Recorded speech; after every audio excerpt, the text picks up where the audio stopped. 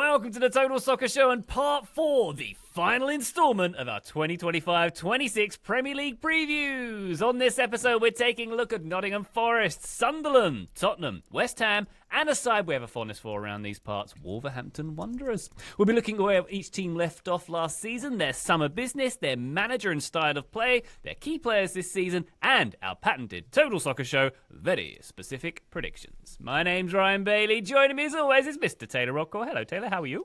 I am splendid, my friend. Excited to talk about Sunderland today. That's who I'm previewing. Back in the league after 8 years. Hopefully no more depressing documentaries in which they pursue strikers they should not be pursuing for way too much money. You are reviewing Sunderland today, Taylor. You're wearing a blue and white shirt. Is that okay? Is that okay? What happened was I was not planning to wear this one, and then I went into my small recording booth in my house, forgetting that we had jumped from 80 degrees yesterday to 95 degrees today, and that non-breathable material was not comfortable for a recording session, so here we are. Wow. It's okay. It looks quite similar to Sunderland's away shirt this season, so it works. Still works, Taylor. I'm neutral between Sunderland and Newcastle, so it's not black, it's not red. I'll go blue. Very good. Very good indeed. By the way, went for a run last night in 87 degrees, lasted about 18 minutes. Won't do that again. Woo! Hot stuff. Talking of hot stuff, hey Joe Larry, how are you? Oh, cute. I'm good. I don't think I really have much positive to say about y'all's heat tolerance, so I think we should just move this thing right along and get to Graham's introduction. Let's do that indeed. Graham's got a twofer. He's got Nottingham Forest and Wolves today, Graham. Are you ready? I am ready. I'm ready for the final instalment of our Premier League previews. We did it. We've only got 380 games to consume over the next 8 months. Wow. We all ready for that? Graham's only going to accidentally watch half of them. The other chunk he's actually going to watch on purpose. Yeah, how many on purpose will it be? What percentage-wise? Well, now I've got multi-view. I can consume 4 times as many accidentally. So maybe I'll get all 380 in. Multi-view. Sky Sports in the UK finally coming into 2016 or whenever that was popular elsewhere. Yeah. Amazing. 3D TVs as well. They're making a comeback. I hope so. That curved TV of yours you're watching your 3D broadcast on, I look forward to you enjoying that on accident or on purpose. Before we get to our main reviews, patreon.com/Total Soccer Show is our bonus feed. It is the best way to support us. Bonus episodes, bonus videos, and access to our Discord server. Patreon.com/Total Soccer Show. Thank you to everybody who supports us via that medium. We love you. And if you'd like to see Taylor's lovely shirt and our visages, YouTube, like and subscribe, link in show notes, smash buttons when you're there. There we go, very YouTube. Graham, let's start off today with a little chat about Nottingham Forest. 7th last season, finished well above expectation, I think it's safe to say. Can they keep up the momentum? What do you think? Yeah, Nottingham Forest, the Tricky Trees, as they're sometimes known, which might be the best nickname in the Premier League. They've also got... Did anyone call them that? You said Snitchy Trees? Snitchy Trees. Yes, that's it. You heard right. No, Tricky Trees. They are... I mean, that is a good nickname, objectively, surely. Does Ryan? Anyone actually use that nickname, is what I'm asking. I mean, you dropped Trippy Digis on us the other day, so I feel like Tricky Trees is quite close to that. But they've also got, for my money, the best badge in the Premier League and maybe the best pre-match anthem in Mull of Kintyre. Don't at me, Liverpool fans. Mull of Kintyre's great. So plenty to like there. And there was plenty to like about how last season went for Forest as well. They went into that campaign with most people expecting they would be in the bottom half of the table, maybe even in a relegation fight. That's how the last 2 seasons had gone. Instead, they spent a lot of last season in the top 4. And for a long time, it looked like they were going to qualify for the Champions League. In the end, unfortunately for them, they faded a bit and dropped away. They finished 7th, as you said, Ryan, which was a disappointment from where they had been. It was very similar to, do you remember the Leicester City season under Brendan Rodgers, where they were, I think that happened twice actually to them, very similar. But nonetheless, 7th was an outrageously strong finish. That put them in the Conference League for this season. However, they will actually play in the Europa League. I'll explain that in a second. I already explained that earlier in the week with Crystal Palace. I got the warring duo for this season in the Premier League. But Forest, they'll feel they've got a real chance of going deep in the Europa League this season. Basically what happened was Forest complained to UEFA about Crystal Palace's multi-club structure, which then led to Crystal Palace being demoted from the Europa League, which they qualified for through winning the FA Cup. Snitchy Trees, there we go. And that didn't exactly go down well at Selhurst Park, especially because Evangelos Marinakis, who is the Forest owner, also owns Olympiacos, so he also owns another team, but he pointed out that his shares had been put into a blind trust to then allow Forest to play in Europe, but still, there is a lot of politicking there, and to make matters worse, Forest took Palace's place in the Europa League. UEFA swapped them around, so that all feels very toxic, I guess. Then there was the Gibbs-White saga. Now, Spurs, they activated his £60 million release clause, but then Forest complained that Spurs had found out about this clause illegally. They threatened to take the case to CAS, the Court for Arbitration for Sport, and FIFA. But then Gibbs-White, he signed a new 3-year contract that eliminated that release clause, and Forest released this video with Gibbs-White talking about how much he loves the club, with Marinakis right next to him, silent, which was frankly a ridiculous scene. Blink twice, Gibbs-White, if you need help. So he is still around. Anthony Elanga, however, he left to join Newcastle for €60 million.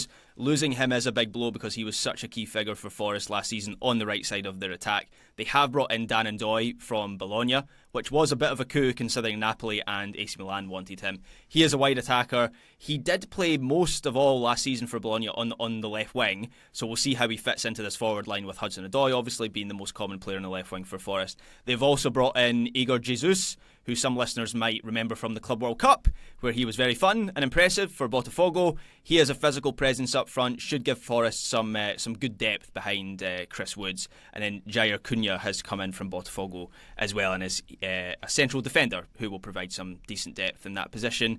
Nuno Espirito Santo is still in charge as Forest manager. This is a team that last season really embraced Nuno ball, which is to say that Forest were one of the best counter-attacking teams in the league last season. They don't really want to have the ball. In fact, they had the third lowest average possession share in the Premier League last season. They also had one of the deepest lines of confrontation. They're well organised at the back. They want opponents to get crosses into the box so that they can repel them. They've got Milenkovic and Murillo who are very good at those things. But what they will do is they will sometimes vacate the wide areas out of possession so that they bait teams into playing those crosses. They repel them with those physical defenders, and then they spring into those areas through. Last season it was Elanga and Hudson-Odoi and Gibbs-White. This season they'll have Ndoye to do that, and then obviously Chris Wood as the focal point. And Gibbs-White in particular, he is crucial to this whole ploy. He ranks very highly for things like progressive carries. He is excellent at moving the ball up the field quickly. His final product is usually good as well. Off the top of my head, I think he ranks highly for... There's some sort of metric like progressive carries that lead to assists or shots on goals. Gibbs-White is very highly ranked in that way as well. So their method of keeping him around may have been doubtful on the basis of that video and how things panned out, but it is undeniably good news that he stayed because replacing him and his quality might have been impossible. I've mentioned him in passing, but I have to do a quick beat on Chris Wood, who all of a sudden became the best centre forward since R9 last season. After years of being a bit of a journeyman jobber, all of a sudden everything he hit found the back of the net last season. He scored 20 league goals last year, which was an overperformance of 5 goals on his XG. So there might be a bit of a drop-off this season, but nonetheless, he had a great season. He's the perfect focal point for a Nuno team. He's strong, takes up good positions inside the box. I mentioned Hudson-Odoi. Someone else I want to very quickly mention is Elliot Anderson. Had a real breakout year last season. Frankly, reached levels that I didn't think he would. He famously or infamously accepted a call up to the Scotland national team, and then after one training session decided that he'd had enough of that. So he's a bit of a dirty word in Scotland up here. Being honest, didn't think he would reach the levels of last season. I wasn't that disappointed that Scotland hadn't been able to call him up. I've changed my tune on that. He was excellent last season. He's an excellent dribbler. He's a good ball carrier. He is the two-way midfielder that Forest needs in the centre of the pitch. And then I mentioned the defence, Milenkovic and Murillo. I think there was a fear that Murillo would be targeted by a bigger club this summer, so the fact that he's still around is a big positive. Ola Aina is really important as well at right back with how strong he is defensively. He also facilitates the attack, and when he was injured for a couple months last season, they really missed him. They had a dip when he was out of the team. And then Matt Seltz is one of the best pure goalkeepers in the league. He doesn't really need to play much with his feet because Forest, their line of confrontation is so deep, their defensive line is so deep, so he doesn't really have much space to play into with the ball anyway, but he's an excellent shot stopper. So they have got quality throughout their team, Nottingham Forest. The worry for Forest in a broader sense is that towards the end of last season when they dropped off and faded away, it felt like a number of teams flipped the script on them. So Newcastle, Brentford, Villa and Everton. I remember the Everton game in particular. They all sat deep and then they broke against Forest. They gave Forest the ball, which is not what they want to do. And in possession, they just didn't have the nimbleness to find a way through. I don't see them having solved that issue this summer. I think that's going to be an issue for them again. And I expect to see more teams do that to them this season. So my VSP is that Forest will concede just as many or more counter-attack goals as they score this season. I do suspect that to a certain extent they have been, quote, I hate this term, but I'm going to use it anyway, quote unquote, I think they've been figured out slightly. I think we saw that at the end of last season. Equilibrium there with the counter-attacks then. That's interesting. Yeah, I think they had 13 counter-attack goals that they scored last season and conceded 8. And I think that's going to either level out or actually they may concede even more goals on the counter-attack this season. I seem to be very down on the teams that I'm previewing this season. I'm not doing it deliberately. Besides Liverpool yesterday, I think I have the champions in them. But I don't know. I just think we might see a little bit of a revert to the default from Forest this season. Graham, it's interesting because I think it's a thing that gets talked about like in previews but not really actually talked about, is the idea that I think so many teams that have more advanced like scouting departments and have a little bit more money or a little bit greater budget to do a lot of film analysis and study and data analysis tend to spend the offseason trying to figure out their opponents if they weren't able to last season or if they didn't have the time to do so, to come up with a kind of more clear plan for when we're playing this team who sprung a surprise on us and we didn't know how to deal with it next season or this coming season. How do we do it? I think it's a really good point that if you look at Nottingham Forest, if they have one very specific way they want to play, you can kind of undo that, and then the question becomes, how do you evolve? And that has been the knock against Nuno, right? Even going back to Wolves and before, is how do you kind of evolve this team? How do you get them to play more proactive when a team is sitting off? And I'm not sure we have an answer to that from him. Yeah, and Wolves is the perfect case study, Taylor, that you mentioned there, because first season when they come up from the Premier League, they take the league by storm. I can't remember off the top of my head where they finished, but I'm sure it was in the it was in the top half as a promoted team. And then progressing from that point to being a team that could do more on the ball, they struggled. And actually, when Nuno leaves for Spurs at the end of his final season there, I think fans were kind of ready for him to move on. And then we all know that stylistically it wasn't a good fit for him at Spurs. So yeah, I kind of envisage a similar struggle for Forest, unless they go out and they spend a bunch of cash, which is not beyond them. That they have a habit of doing that. The problem is, I just don't see who they're going to get that's going to come into the team and dislodge Morgan Gibbs-White from that number 10 role, which is the area of the pitch you would be looking at someone who can unlock a low defensive block. Morgan Gibbs-White, I'm a massive fan of his, but he does his best work in open space, and so you're kind of needing to change the entire profile of the team, I think, to fix that issue for them. So a second go with Gio Reyna, that's the answer? That's it. Solved it. That's it. Cool. Move Glad over, we Parma. figured this out. That's the answer to everything. All of life's problems. Very good. That is what's going on at the City Ground. Thank you very much indeed, Graham. One quick pause. When we come back, we're going to talk Sunderland and Tottenham. Join us then. Total Soccer Show, welcome back to our Premier League previews. We go now to Mr. Taylor Rockwell, who's going to tell us all about Sunderland. They're back. They are. Spent lots of money. They Can have. they stay up? Let's see. We'll see. I think they might stay up, but I'm aware that I might be in the minority on that one, but I'll tell you why I think that, and then I'll tell you also why I think they might not. It's going to be a whirlwind. But yes, Sunderland back, as I said, after 8 years away.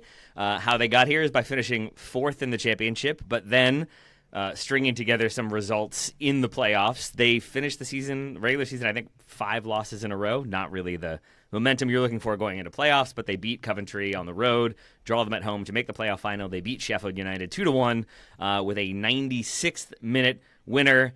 Unfortunately, some of the players involved in that team are no longer around, but it was a very pragmatic and occasionally entertaining season for Sunderland supporters. 58 goals and 44 against in a 46-game season. That tells you that they were defensively strong, somewhat limited in the attack, still where they led is in attendance. 42,500 plus on average is higher than any other team in the league and shows you they continue to have that very dedicated fan base. In terms of how the organization itself got back to this position, a lot of it goes to 27-year-old Swiss-French businessman Kirill Louis-Dreyfus, as Graham has pointed out before, a distant or maybe second cousin of Julia Louis-Dreyfus? I forget. But yeah, they're all loaded, is the gist.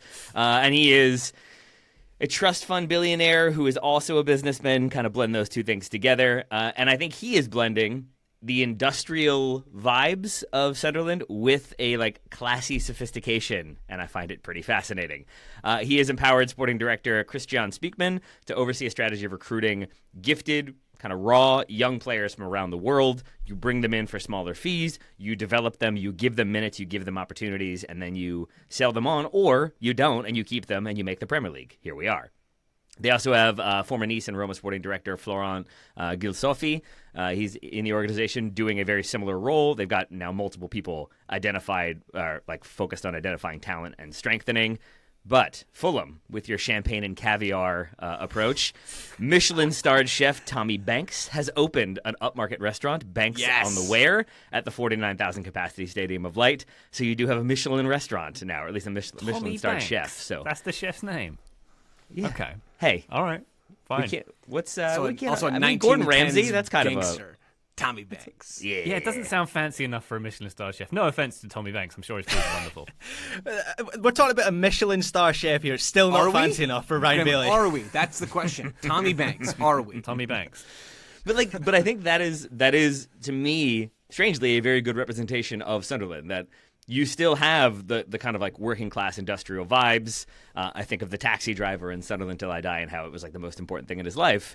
But then you have a Michelin star restaurant and a billionaire owner, and it feels like it's this weird blend of things that's working out so far. I mean, at least go Thomas. That's all I'm saying. Sorry.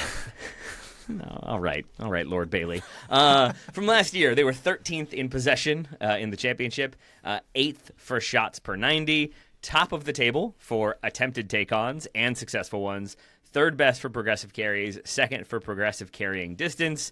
They basically do not control games. They will break with speed and individual dribbling to punch opponents in the nose on the counter.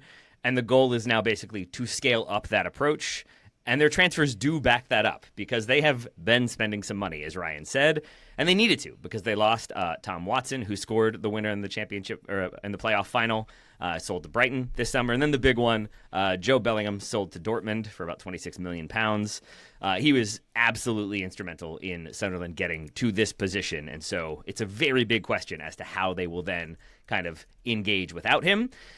But they've got plenty of talent to try to make that happen. They spent £132 million on 8 players, plus 2 on freeze, plus 1 on loan. That includes 21-year-old Senegalese central midfielder Habib Diarra from Strasbourg for £27 million.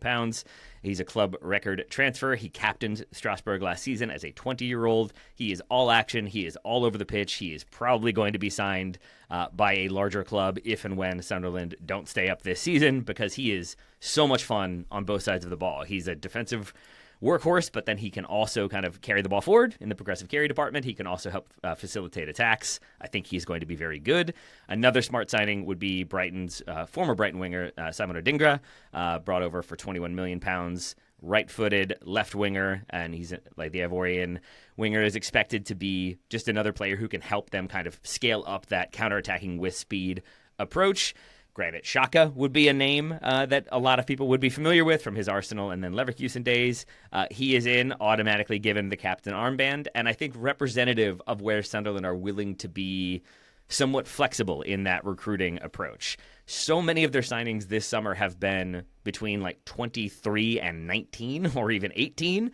And then you've got a few like Xhaka, like Arthur Masuaku, like Ronaldo Mandava, who are all over 30 but are bringing either Premier League experience or a wealth of top-tier experience. Mandava most recently from Atletico Madrid.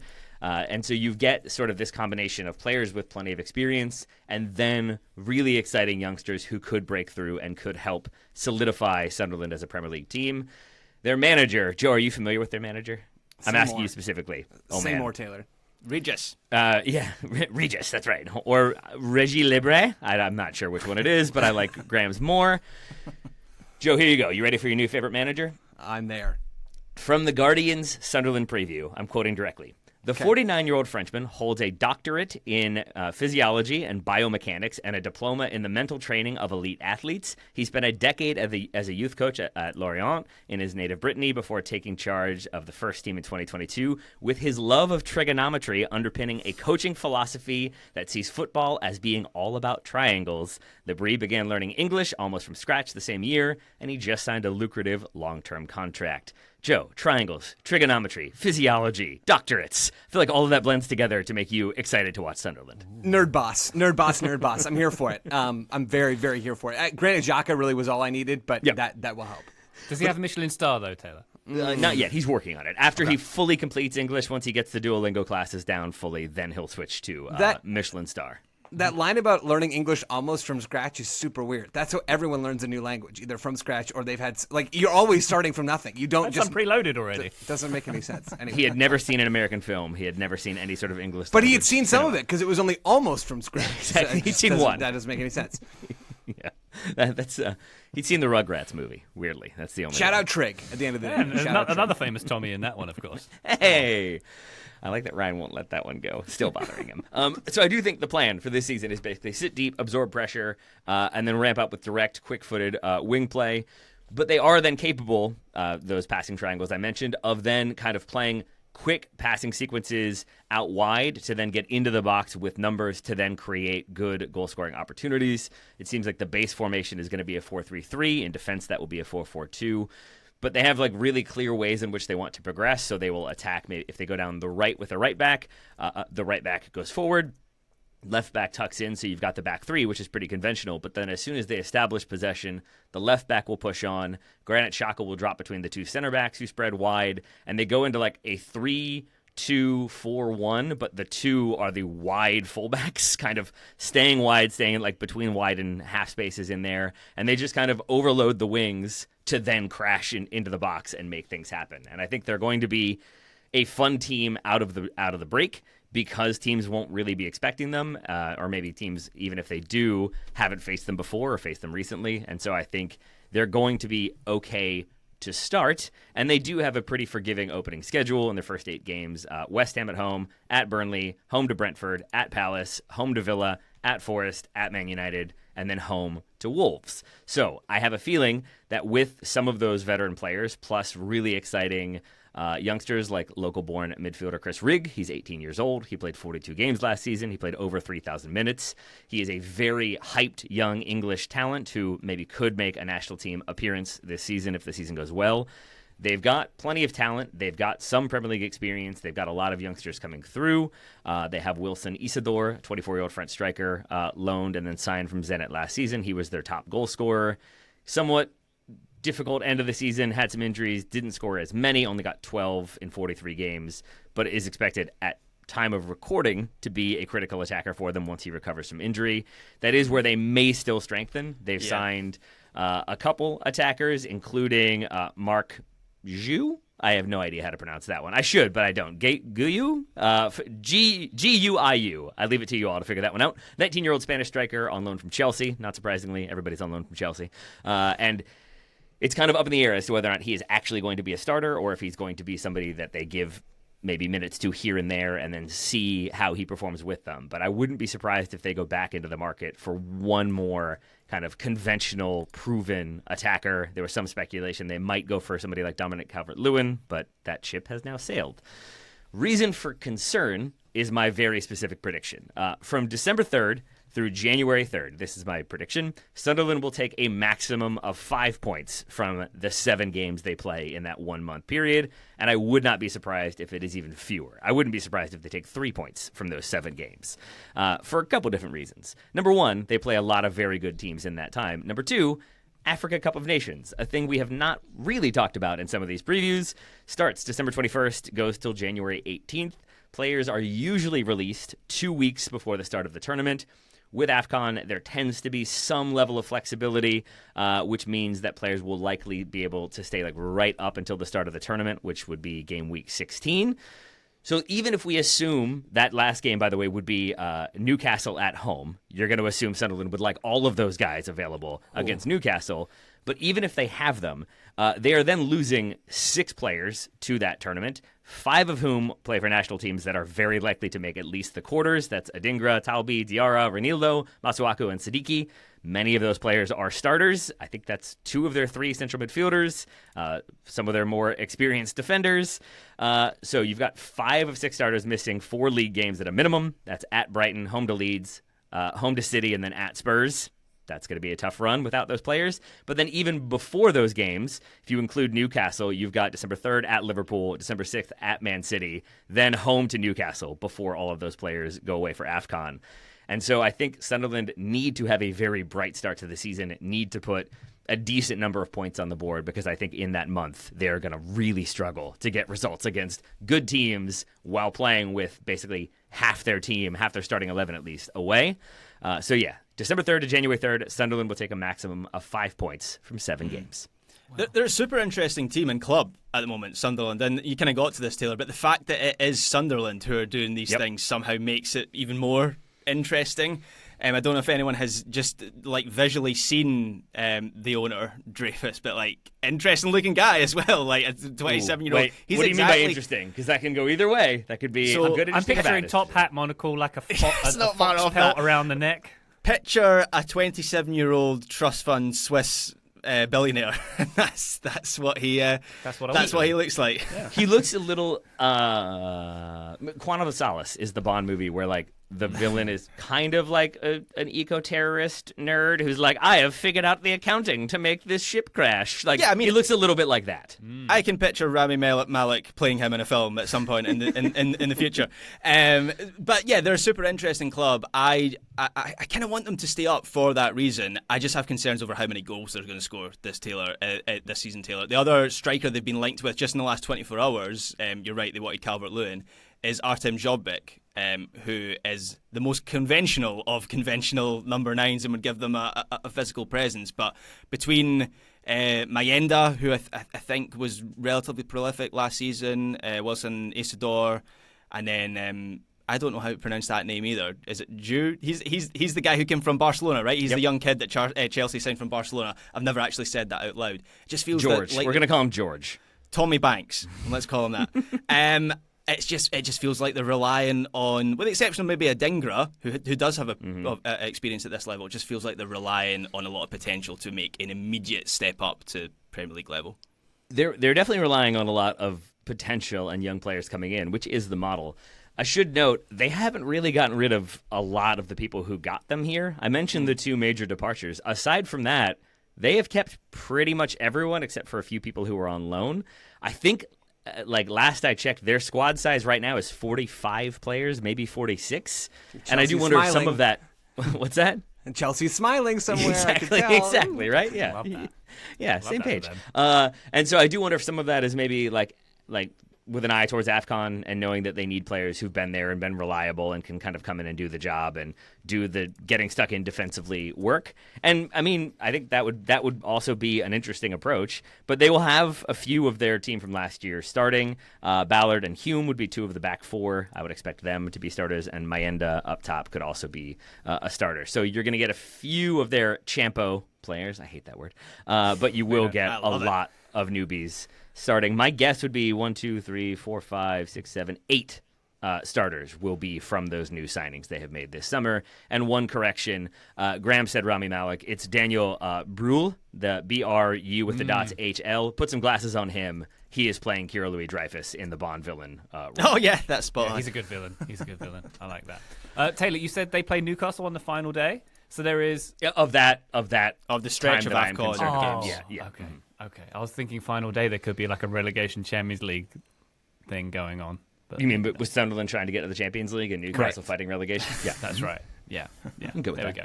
Exciting times ahead. Taylor, one final question for me. How big a difference to the season would it have made if Joe Bellingham had stayed on the books? Huge, I think. Because like you have a talent that is a known talent and obviously has a known connection, but I think would then kind of generate just some general like interest and good PR, because I think That's a popular name. That's a popular family. He's a popular player, and I think would have gotten a bit more like buzz and enthusiasm for Sunderland back in the league. But then also, as I said, he just did so much for them. He was, again, kind of an all-action central midfielder. He did things on the defensive side. He could facilitate attacking play. He scored some goals. And I think was a really, really, really important like teammate and then also performer. And so to lose him, it's not surprising. There was always going to be massive interest, and especially if they hadn't gotten promoted.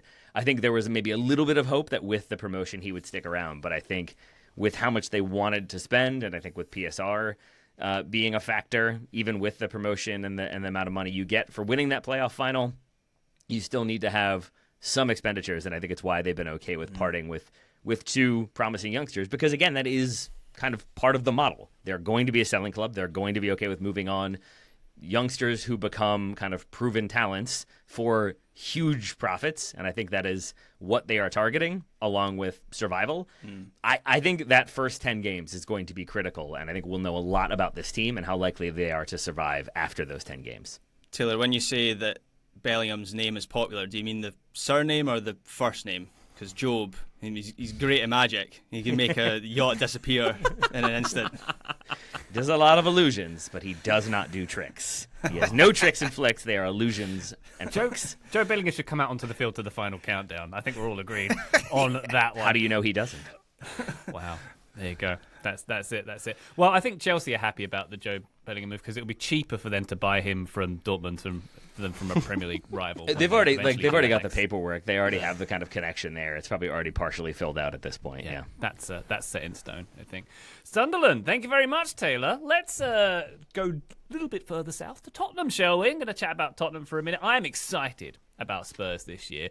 They have the potential to be the Premier League's most improved team. Frankly, it's either them or Man United at this stage. I think probably the smart money is on Tottenham. Maybe we can have a chat about that. But if you aren't as catty and mean about Sunderland or about Spurs as you were about Manchester United, I'm going to throw hands, my friend, because I feel like lots of shots were taken. Yeah, exactly. Prepare. Rock roll. Let's keep going anyway.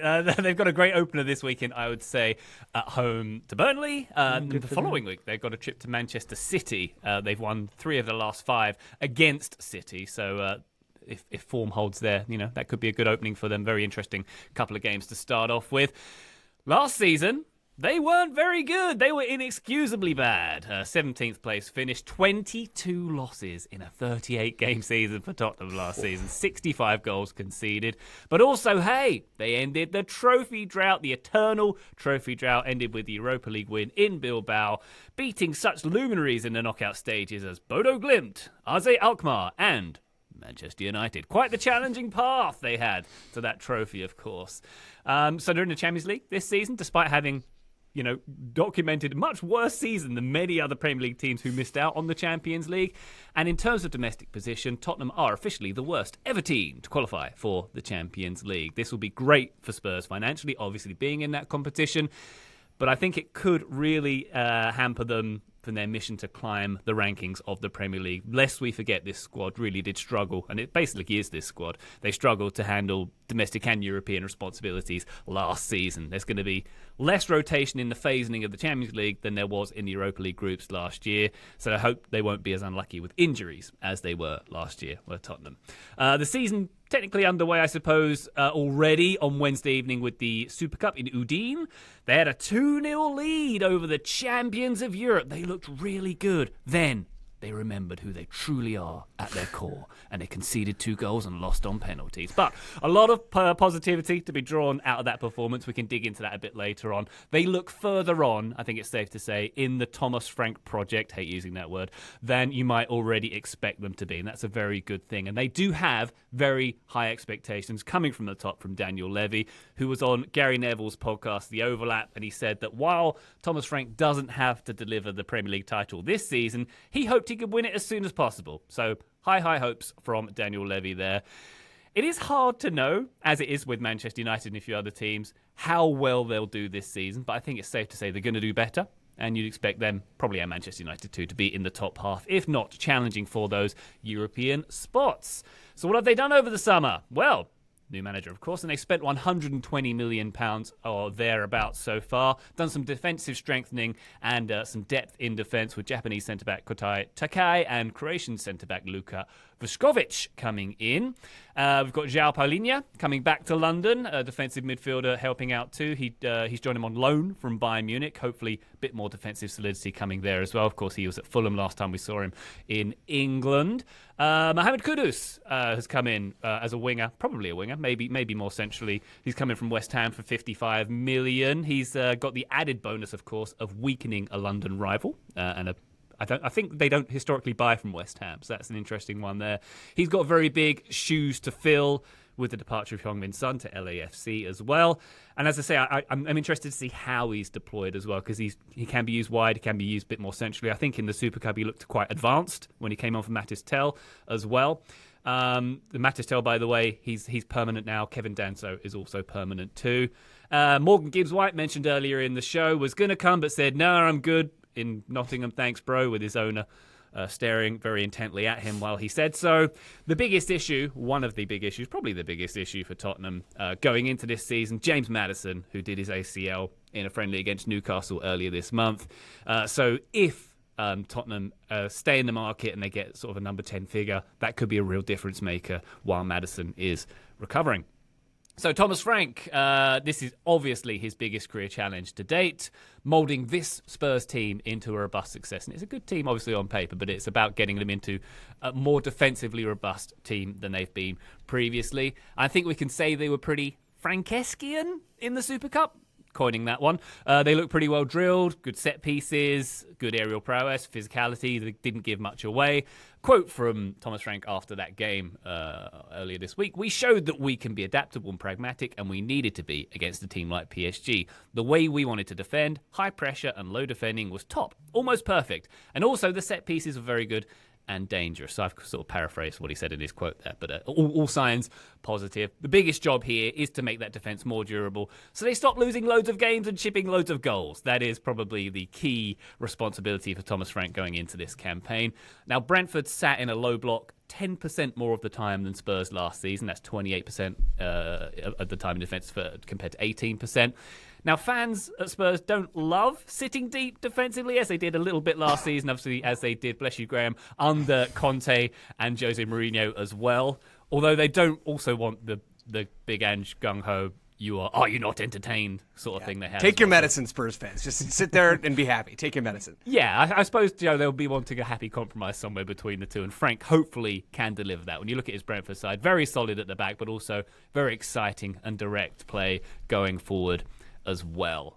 Seemed to be, from what I could tell, a 5-3-2 against PSG, or a 3-5-2 depending in the phase. Thomas Frank can also regularly use a back four. He, unlike maybe his predecessor, very adaptable and pragmatic too. So he should be able to adapt well to the tools he has at hand. His big job is to improve players who didn't reach their potential under Ange Postecoglou. In other words, he needs to improve all of the players. He's got a pretty young team here. Ben Davies is the only player over 30 years old in the squad. So you'd think that would align well with Frank's reputation for talent development, and he's going to work well with this young squad. I think Dominic Solanke is probably a good example of a player I'd like to see him develop a bit more. I get the feeling that he could be a little Frank project, so to speak, is to get him up a level. If you look at what Thomas Frank did with Ivan Toney, with Ollie Watkins previously, you'd think I will highlight Dominic Solanke as a key player, because he was a difference maker for Spurs up top last season. Great movement, pressing, energy, Duracell bunny all the way through. He's going to be looking for more production, though, more than the 8 goals he got last term from 59 shots, and a few more minutes on the field too, as will many other Tottenham players. Yeah. His success, though, might depend on getting that number 10 support, so we'll see. In terms of a couple of other key players, Christian Romero, I think he is officially the captain of Tottenham. He did a nice little photo shoot on their website, holding the armband proudly this week. He's been rewarded for staying in London. Seems like a clear leader in what's established as a pretty young team as well, commander at the back there. He'll be hoping that he isn't suspended multiple times and maybe not getting some injuries as well. I'm sure all Spurs fans will be hoping for that, although you want a bit of needle from him. I suppose that's what he's all about. And Mickey van der Ven, very important at the back too. If those two, Romero and van der Ven, stay fit and unsuspended, that's a pretty solid base from which Tottenham can work. So, yeah, feeling very bullish. Bearish about Man United, bullish about Tottenham, with all due respect to Man United, I would say. My very specific prediction... Hey, Joe, check this out. I've got nerd stats. Nerd stats. I've gone off the Bailey Trail here. Nerds. XGA, expected goals against, is what my very specific prediction is about. That's, of course, the quality of chances the opposing team has against the team. Last season, Tottenham registered an XGA of 68.23 over 38 games. That's an average of 1.80 per game. That placed them 17th in the league. Only the relegated teams were worse. So yeah, this season I think it's going to be all about more discipline, more depth at the back. So I'm thinking a vast improvement in that 1.8 per game number. I'm going to say Tottenham will improve that XGA to 1.45 per 90 or above, so a higher total than 55 in total.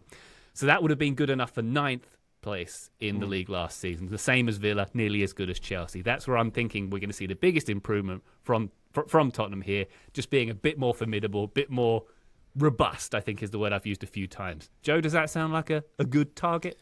Yeah, I think that's a phenomenal VSP, first of all, and I think that is a good target for Tottenham. You look at their attacking numbers last year, they were a fine attacking team. Like top half, they were not dreadful in that phase of play. They were far, far, far too open for that squad. And that is the lowest of the low-hanging fruit for Thomas Frank to come in and say, hey, we're going to defend a little bit deeper, and we're going to try to maintain some of our attacking dynamism, but we have to shore up the defensive side. Like, that is the clear number one challenge. I think that's a phenomenal VSP. And I think, I don't know where Tottenham will land this season, but they will improve defensively. It would be impossible for them not to. And I think they will improve by quite a bit, if I had to guess. So I think that is a very, very strong prediction, Ryan. And it's a clever one to get at, like a huge season-defining challenge for Thomas Frank and this Tottenham team.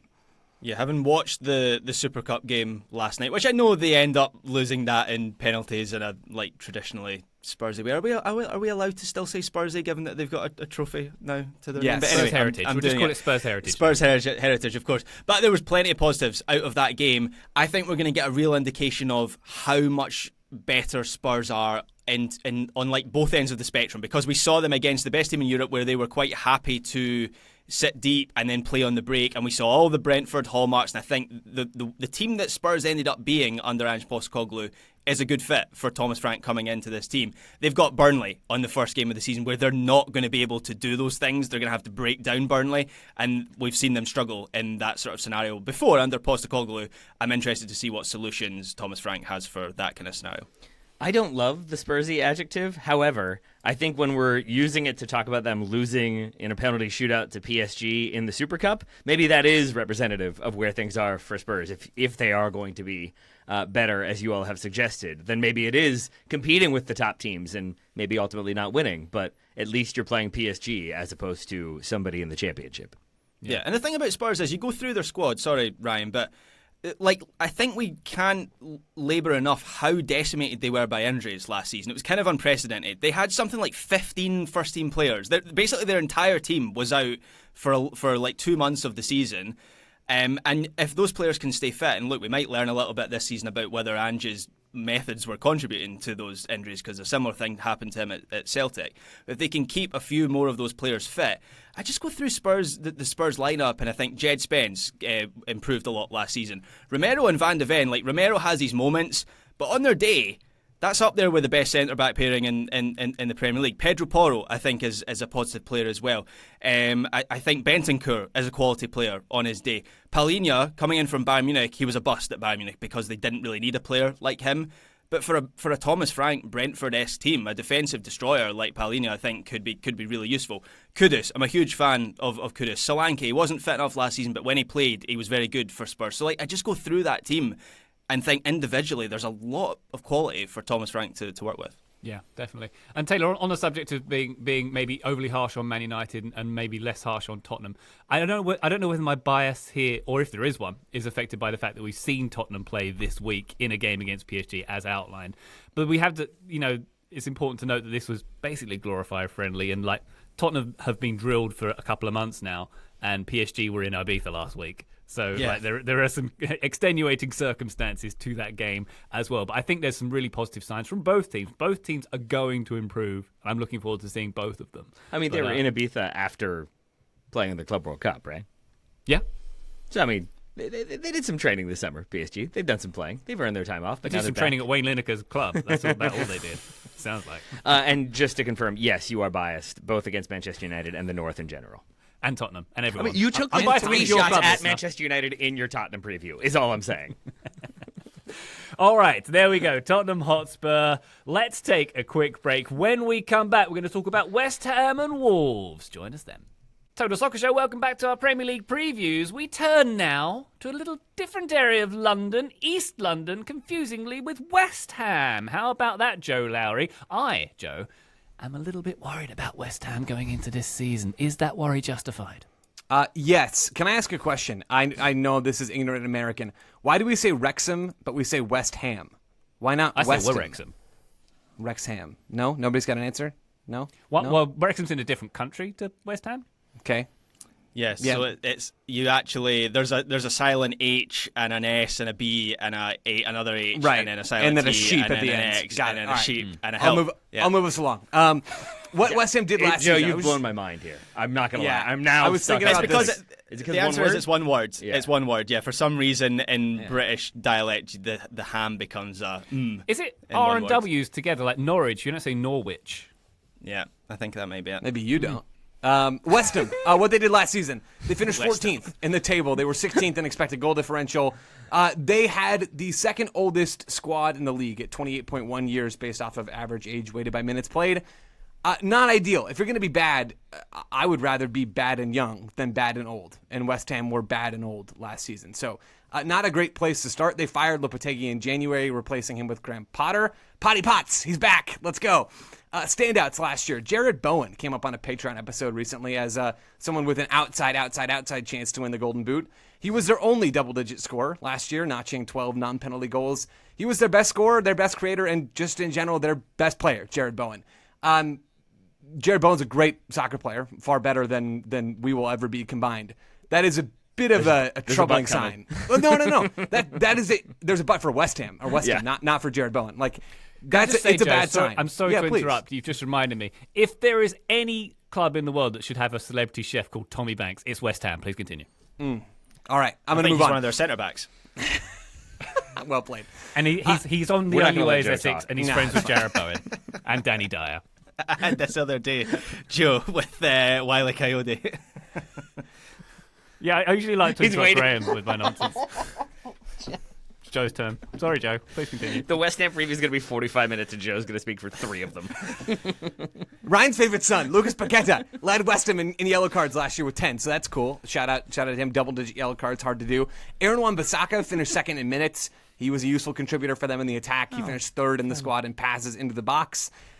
TLDR, not an encouraging season for West Ham virtually across the board. Now, what have they done this summer? Well, in terms of outgoings, Mohamed Kudus has gone to Spurs. Ryan just talked about that. 64 million euros is their highest profile exit of all.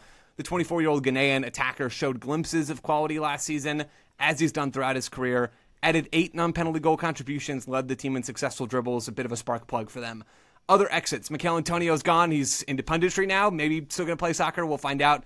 The dude's massive. Played 800 minutes for them last year. It's not a big loss. I mean, physically he is. Like, literally, in terms of the space he's taking up, he's a big loss.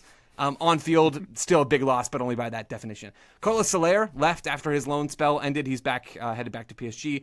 39-year-old goalkeeper Lucas Fabianski is gone. Vladimir Kufal and Aaron Cresswell are also gone. They leave about 2,000 minutes to be filled at the fullback spots. Incoming signings. The most expensive signing is center back Jean-Claire Todibo, 25-year-old arriving for 40 million euros from Nice. They've also added 20-year-old left back / left wing back, occasionally can play even higher on the left, El Hadji Malik Diouf, who arrives for 22 million euros from Slavia Prague. Already's got 4 caps for Senegal, Diouf. He could signal a real shift to consistent back 3 setups for West Ham this year, with him on the left and Aaron Wan-Bissaka over on the right. They've added 25-year-old goalkeeper Mads Hermansen. He's coming in from Leicester for 21 million euros. Kyle Walker, not that one, the Peters one. He's coming in from Southampton. Callum Wilson's joined from Newcastle, and they're still active in the transfer market, trying to get at least one more deal done for a central midfielder by the sounds of it. Manager is Graham Potter. I mentioned him already. He took over in January. 50-year-old English coach. Great story, right? I think a lot of folks know the Graham Potter story, but gets started in the lower levels in English football, ends up going to Sweden and works his way up from basically the bottom over there and does some amazing things over there, gets the Brighton job, which is a really, really impressive thing, and then gets the Chelsea job. Doesn't quite work out, but that was in Chelsea's not so good era. And now is at West Ham after taking a little bit of time off. Now, Graham Potter, stylistically, is known as a coach who wants the ball. You don't get the Brighton job without that. You don't get the Chelsea job without that. And we did see a shift from Graham Potter towards using the ball with West Ham more last year, towards the end of the season, right after he has a little bit of time to bed in and instill some of these concepts. But he has been a flexible coach, and a lot of that's come across in terms of his formation, willing to shift to fit the squad. I do think, with that in mind, that a 3-4-3 or a 3-5-2, depending on where you view Lucas Paqueta in that midfield group or maybe in the forward line, is really possible this year, and maybe even the most likely outcome. But I would expect to see some back four as well, because Potter is not married to his shape. He is much more married to his principles. But even how married to his principles he's going to be with a West Ham team that is, I'm just going to say it, not capable of controlling games and controlling the ball and creating chances against lower blocks. That is still a bit of a question mark for me. Key players, I mentioned Jared Bowen already. Lucas Paqueta, they're useful options in the attack. To round things out there, I think it's going to be those two players plus probably one of Callum Wilson or Nicholas Füllkrug as number 9 options. I'm not super inspired by that bunch, but especially the 9 options. Thomas Suchek in midfield, that's an Alvarez. A lot of steel. Is there enough finesse in that group to play Potter ball? We'll find out. Aaron Wan-Bissaka and Diouf are going to be fun watches, though, on the wings. I'm looking forward to seeing those two players move up and down. And that does take me to my very specific prediction. Aaron Wan-Bissaka and Diouf, new signing coming in, they're both going to finish in the top 4 for West Ham in key passes. Key passes are passes leading directly to a shot. So I pass the ball to Ryan, he shoots. That's a key pass. I pass the ball to Ryan, he then passes it to Graham, who shoots. I don't get a key pass for that. Last year, Bowen and Paqueta rounded out that top 4. They were in the top 2, last season, Bowen and Paqueta. I think this year it's going to be those two guys and the wingbacks, Aaron Wan-Bissaka and Diouf, who are going to round out that top 4. Mohamed Kudus was in that bunch last year. He's gone. And I think Diouf is going to represent a really impactful player on that left side. This could be me falling into the classic preview trap of getting way too excited about something that doesn't pan out. I'm willing to accept that.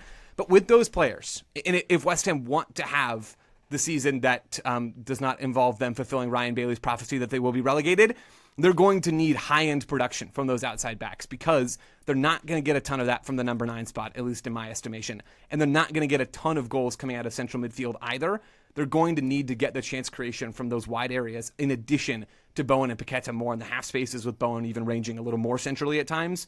So my VSP is that Aaron Wan-Bissaka and Diouf will both finish in the top 4 for West Ham specifically in key passes, and Bowen and Paqueta will be the other 2 players in that top 4. West Ham, if those guys are good, you've got a shot. That's what I'm saying. Yeah, it's fairly bleak for West Ham, it seems. Like, I'm just looking through at some of the players that they've added in the window. I mean, the best player they've added was someone who was on loan last season in Tadebo, but like Callum Wilson, Walker Peters, yikes. Like, I'm not counting on those players to move the needle much for them, and they've lost Kudus, so not ideal. I'll save some of our listeners a Google search if they haven't done it already. The current El Hadj Diouf of West Ham, El Hadj Malik Diouf, not related to El Hadj Ousseynou Diouf, the camel. That's so disappointing. I know. I just Googled that too. Yeah, I was sad. I mean, you wouldn't admit it, even if you were. Probably not. So, Probably not. Yeah. Joe, he used to spit on people. He also played some soccer. He was a great guy all around. Sterling individual, I think, is agreed. Joe, what is your actual hunch on where West Ham will finish? I do put them in that sort of 16th and below bracket, certainly, and maybe in a bit of trouble. Yeah, I mean, the ceiling for this West Ham team, I think, is like 10th or 12th. I think it is possible that this team can outkick their coverage a little bit, and that a full preseason under Graham Potter has some sort of impact with these players where he can communicate more clearly the style he wants, and that has a positive uptick for this team. It's hard to be anything less than bad when you are a mediocre squad talent-wise, and you also change coaches in the middle of the season. That's a difficult thing to do. So I don't think it is impossible that West Ham have a better season than we're talking about here. I think their floor is relegation, and I think the most likely outcome for them is probably in that 16th to 14th kind of range. I've got the 3 teams coming up going back down again, so by definition they have to be at least 17th or higher. That kind of feels like the right ballpark. All right. Thank you very much, Joe, for your West Ham preview. one team left to do in our preview journey, and the alphabet dictates that it is Wolverhampton Wanderers, and Graham Ruthven is going to take over from now. Vitor Pereira, Graham, in his first full season. I think that Wolves have completed soccer because they have signed a player called Wolf. Wolf at Wolves. Best thing to happen in this game ever. Thank you. Yeah, more on that later. That's nominative determinism in action there. And Wolves, obviously a team that is very close to the heart of this podcast, a truly historic club in English football. Maybe they have completed English football, Ryan. They have been around since 1877. They were the first team to win all 4 divisions. They were also the first team to play with floodlights. A useless piece of trivia there that you can use at your disposal. They're part of the fabric of English football. Not a lot of history made last season, though. And in fact, a large portion of last season was a struggle for Wolves. They were down near the wrong end of the table until about December, when they sacked Gary O'Neill. In came Vitor Pereira, and he did enough in the immediate term to edge Wolves away from danger. And then in the final quarter of the season, Wolves really started motoring. They actually won 6 games in a row over March and April. I said this a few times on the show last season, but Wolves last season had good players. They finished 16th in the end. They were as high as 13th. That's where Pereira took them after that 6-game winning run. It never really felt like there was a genuine threat of them going down, and part of that was because of the quality of the teams that finished in the bottom 3. But they finished pretty strongly under Vitor Pereira. More on him a little bit later. Since the end of last season, they have lost Matheus Cunha, who was their top scorer last season, their best player as well. I think most people would say he scored 15 goals last season from attacking midfield. Some of them were absolute pearlers as well. Matheus Cunha has got a banger in his bag. He's gone. Manchester United moved quickly for him to sign him for around £60 million. So that is quite a large hole in this Wolves team now. They also lost Ryan Ait-Nouri to the other side of Manchester. Man City paid £35 million to sign him. And that's another big blow because Ait-Nouri was a big part of how Wolves progressed the ball forward from the back. He was one of the best fullbacks or wing-backs as he played a lot of the time for this team in the league. And it is going to take a lot to replace both him and Cunha. Pablo Sarabia is also gone. So too is Nelson Semedo, who was the club captain. So quite a lot of squad turnover there.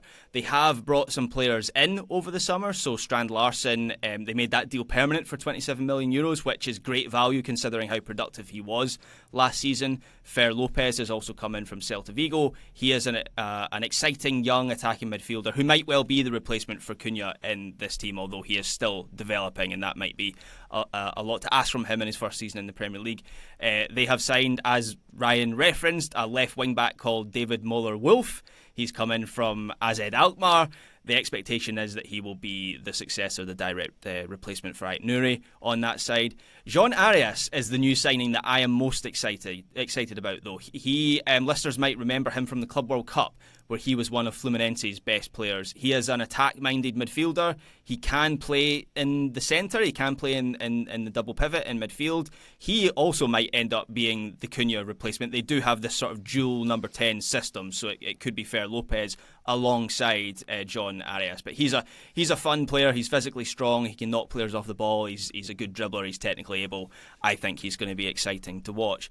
And Wolves in general might be a lot of fun this season. They might be exciting to watch this season because their fans love Vitor Pereira, partly because he has been known to go down the pub with fans after games and put money behind the bar for them all to get a drink, which is always the way to endear yourself to a fan base, but also because of the way Wolves have played with Pereira in charge. He has used the 3-4-2-1 shape that largely Gary O'Neill used that shape as well, so he hasn't changed much in that sense. However, under O'Neill, Wolves were known for being a quick transition team. Under Pereira, they've become so much better in possession. They want to have a lot more of the ball. They're more considered in their build-up. The number of prolonged passing sequences that they were having per match last season shot up from O'Neill to Vitor Pereira. And they started to average more shots, more goals. And as I mentioned earlier, Wolves actually ended the season in pretty impressive form. So it will be interesting to see if they can parlay that into a stronger start this season, because last season they had this nightmare start where they faced each of the top 7 in their first 8 games. And Gary O'Neill might be feeling a little bit bitter about that because that ultimately, I think, played a big role in him losing his job. But nonetheless, it's undeniable that they were better when they made that managerial change. João Gomez, just to highlight some key players quickly. João Gomez, he is a big part of this Wolves team. I think he'll continue to be this season. He was their player of the season. He's an excellent two-way midfielder, covers a huge amount of ground. And he is the sort of player who, if he has a good season, I'd imagine there's serious interest in him next summer. I'm kind of surprised there wasn't interest in him this summer. He's very good. He's tenacious out of possession. He's technically able. I'm a big fan. Then you have Andre alongside him in central midfield. He's more of a number 6, a bit of a destroyer, but he's also capable on the ball. He can keep possession ticking over. I mentioned heading into the attack, I mentioned Strand Larsen earlier. He was one of the surprises of last season. He scored 14 goals in the league. He was a really effective front man for this Wolves team. You can play off him. He's excellent in the air. He's got an excellent first touch. He's got good penalty box presence as well. And then heading back to the other end of the pitch, Totti Gomez. He usually plays on the left side of the back three. He's often the one who kind of sets the tone for Wolves in a defensive sense. He's very aggressive. He's physically imposing. He gets everywhere. It's one of the things I remember about Totti Gomez from last season. He's a threat in both boxes in the air. And then in goal, I think Jose Sa is a reliable goalkeeper at Premier League level as well. So while I do think Wolves have some challenges, they have lost some key players, still a lot of talent in this squad.